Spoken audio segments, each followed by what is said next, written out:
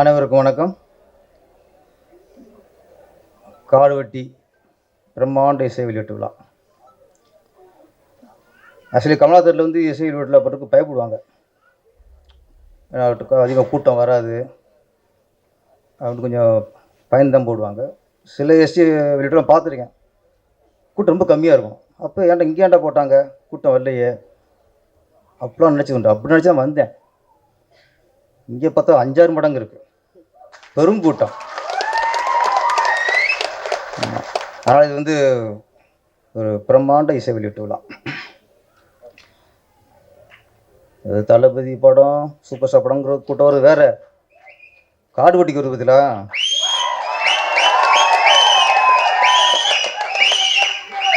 ஆமாம், அதெல்லாம் ரசிகர் கூட்டம்.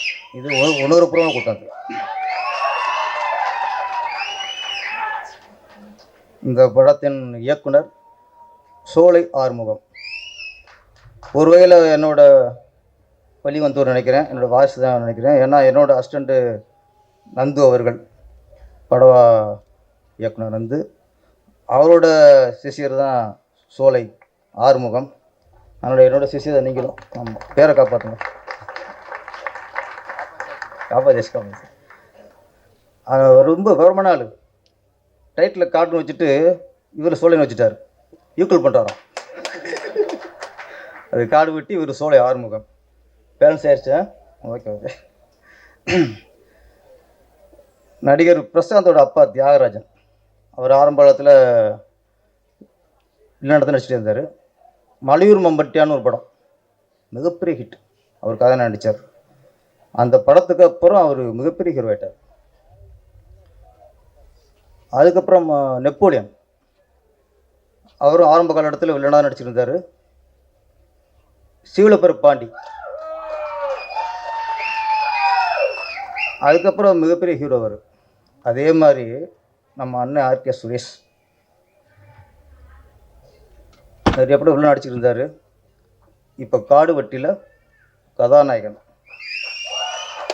எப்படி மலையூர் மட்டியானுக்கு அப்புறம் தியாகராஜன் பெரிய ஹீரோவோ, சீவலூர் பாண்டிக்கு அப்புறம் எப்படி நெப்போலியன் பெரிய ஹீரோவோ, இந்த காடுவெட்டிக்கு அப்புறம் மிகப்பெரிய ஹீரோ. என்னை பற்றி இந்த மாதிரி ஆட்கள் தான் ஒரு மார்க்கெட் உள்ள ஹீரோ வரணும். அப்படி வரும்போது தான் இந்த மாதிரி கதைகள் வரும். இந்த வியாபாரத்துக்காகவே ஹீரோகள் இருந்தாங்கன்னா அது கமர்ஷியலாக வெட்டு, குத்து, துப்பாக்கி சூடு இப்படி தான் போயிட்டுருக்கோம். யார் உணர்வுபூர்வம் படம் எடுக்கிறது? யார் சமுதாயத்துக்கு யார் படம் எடுக்கிறது? இந்த மாதிரி கதையை யாராவது ஒத்துக்குவாங்களா? அப்போ இந்த மாதிரி கதையை ஒத்துக்கிறதுக்கு ஒரு ஆள் வேணும்னா நம்ம ஆர்கே சுரேஷ் மாதிரி ஆள் வந்து தான் ஒத்துக்க முடியும். இந்த மாதிரி படங்கள், இந்த காடு வெற்றி அடைய வேண்டும், வெற்றி அடைஞ்சே ஆக வேண்டும். அப்போ தான் ஒரு சமுதாய ஒரு சீர்திருத்தமான படம், சமுதாயத்துக்கு ஒரு விழிப்புணர்வு படம், ஆர்கே சுரேஷ் மாதிரி ஒரு மனிதருக்கு ஒரு வெற்றி வேணும். இதில் வந்தால் தான் தமிழ் திரையுலகம் நல்லாயிருக்கும். நிறைய காதல் படம் பார்த்துருக்கோம். நான் படம் பார்க்கல, ஆனால் ட்ரெய்லரும் சாங்கையும் பார்த்துட்டு யூகிக்க முடிஞ்சது. ரொம்ப நாளைக்கு அப்புறம் ஒரு சூப்பர் டூப்பர் ஹாட் சாங் கிடச்சிருக்கு நம்மளுக்கு. நீ இங்கிலீஷிடி, நான் டங்கிலீஷிடி, ஆமாம், உனக்கு சூப்பர் ஃபேஸிடி, உங்கள் அப்பன் டம்மி பேசிடி. இங்கே நிறையா பேர் டம்மி பேசுறதுனால தான் நிறைய பேர் ஆடிக்கிருக்காங்க. அந்த டம்மி பீஸ்லாம் அறுவாத்துக்கு வச்சிங்களே திருப்பாச்சேர்வால, மவனே உங்கள் நாடகம்லாம் விளைக்காது. ஸ்ரீகாந்தவா என்னோட எல்லா படத்தையும் ஹிட்டுக்கு அவர் காரணம். அவர் சாங்கு சிவகாசனா பார்த்துருப்பியா, உடம்பாக்க ஏரியா ஓட்டு கேட்டு வரியா, அவர் தான் என்னத்த சொல்வேணுங்கோ கடுவாங்க ஒருதுங்கோ, அதுதான் அவர். பழனியில் நிறைய படம், என்னோடய படம் ஹிட்டுக்கு மிகப்பெரிய காரணம். அதே மாதிரி இந்த படம் ஹிட்டுக்கு நீங்கள் தான் காரணம் ஆயிருக்கு. ரொம்ப ரொம்ப தன்மையான ஆள், ரொம்ப ஒரு அவருக்கு எந்தளவுக்கு எனர்ஜி இருக்கோ அந்தளவுக்கு ஒரு தன்மை, நன்றி உணர்வு எல்லாம் உள்ள ஒரு மியூசிக் டைரக்டர். என் படத்துக்கு அந்தளவுக்கு தரோம், அதை விட அதிகமாக பண்ணியிருக்கிய. எனக்கு கொஞ்சம் பொறாமையாக போச்சு, இந்த மாதிரி எனக்கு போடலேன்ட்டு. நம்ம வந்து இங்கிலீஷ் தமிழ்லாம் வரலையே நம்மளுக்கு. அவங்க அப்பாவோட அந்த கானா சாங் சாயல் இருக்குது, உண்மையில சாங் ரொம்ப ரசித்தேன். அது சில சாங் தான் முடியும் போது ஏன்டா முடிஞ்சுன்னு தோணும் நம்மளுக்கு. அந்த சாங் முடியும் போது அதுக்கு முடிஞ்சிச்சு அப்படின்னு ஒரு தோணுச்சு. அப்போ ஹிட்டு சார், அப்போ ஹிட்டு தான்.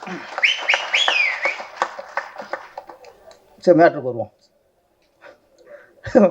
நீங்கள் தான் வருவேன். இது இப்போ தான் டைட்டில் முடிஞ்சிருக்கு சார். நீங்கள் மெயின் பிக்சர். நிறைய காதல் படங்கள் தமிழ் திரைகளில் வந்திருக்கு. அப்போ தேவதாஸ், வசந்த மாளிகை, வாழ்வே மாயம், பயணங்கள் முடிவதில்லை, ஒருதலை ராகம், கிளிஞ்சல்கள், சமீபத்தில் விஜய் சேதுபதி நடித்த 96. இது காதல் படம் காதலாக தான் இருக்கும். காதலன் காதலிக்கு மனசை பறி கொடுப்பான், இல்லை காதலி வந்து காதலன்ட்ட மனசை பறி கொடுப்பான். அவங்களுக்கு ஜாதி மதம் அதில் எதுவுமே இருக்காது, லவ் மட்டும் இருக்கும். மனசு மட்டும் இருக்கும், இதயத்தை பரிமாறிக்குவாங்க, வேறு எதுவுமே இருக்காது. இது வரைக்கும் அந்த காதல் படங்கள் அப்படி தான். மக்கள் லவ் ஸ்டோரி தான் பார்ப்பாங்க. லவ் பண்ணுற ஆளுக்கு அது 10 தடவை பார்ப்பான். அதை மேட்ரு. லவ் பண்ணு நினைக்கிறவன் அவன் 5 தடவை பார்ப்பான். இது வரைக்கும் இப்படி தான் அந்த லவ் ஸ்டோரிலாம் வந்திருக்கு. நான் அந்த ட்ரெய்லர் பார்த்ததுக்கப்புறம் இது அந்த வகையான லவ் இல்லைன்னு தெரிஞ்சு வச்சு எனக்கு. இது வேற வேறு ரூட்னு தெரிஞ்சு வச்சு எனக்கு. நம்ம சோழ ஆறுமுகம் எங்கேயோ வேறு ரூட்டுக்கு வராரு, சமுதாயத்துக்கு நல்ல விஷயத்தை சொல்ல வராரு. என்னை பற்றி நான் சுருக்கமாக புரிஞ்சுக்கிட்டது, இது ஒரு காதல் விழிப்புணர்வு படம்.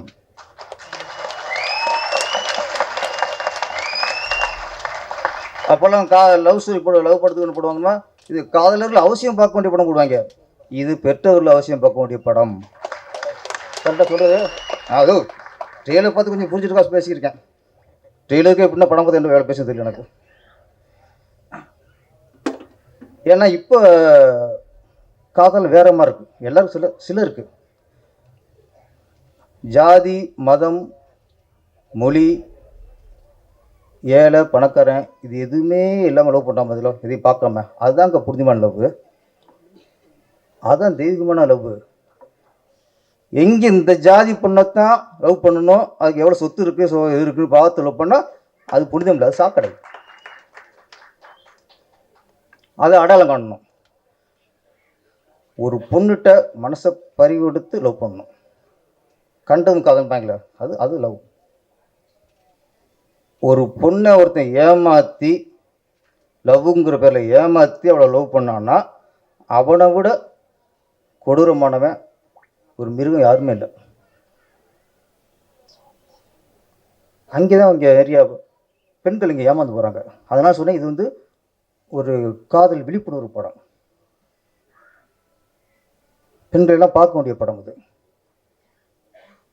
இங்கே தான் சமீபத்தில் மோகன்ஜி அந்த புரட்சி ஆரம்பிச்சு நினைக்கிறேன். நாம் என்ன சொல்கிறோம், யாருமே லவ் பண்ணக்கூடாது சொன்னதான் சார் தப்பு. யாருமே லவ் பண்ணக்கூடாது. லவ் பண்ணுறது ஒரு தவறான விஷயம். அப்பா அம்மா சம்மந்தம் இல்லாமல் சமூகத்தில் லவ் பண்ணணும் இதெல்லாம் சொன்னா தான் நம்ம கொஞ்சம் பழமையில் இருக்குன்னு அர்த்தம். நம்ம அப்படி சொல்லையே. ஜாதி பார்க்காம லவ் பண்ணுற ராஸ்கல்னு வரும். நம்ம ஜாதி பார்க்காத, மதத்தை பார்க்காத. லவ்வில் ஒன்லி அன்பு தான் இருக்கணும், வேறு எதுவுமே இருக்கக்கூடாது. குறி வச்சு லவ் பண்ணுறதுக்காக மீனா அது தூண்டில் போட்டு பிடிக்கிறதுக்கு காதல். இதில் நிறைய பெண்கள் வந்து ஒரு காதலை ஃபுல்லாக லவ் பண்ணி அப்பா அம்மாலாம் தூக்கி போட்டு லவ்னு போயிடுறாங்க.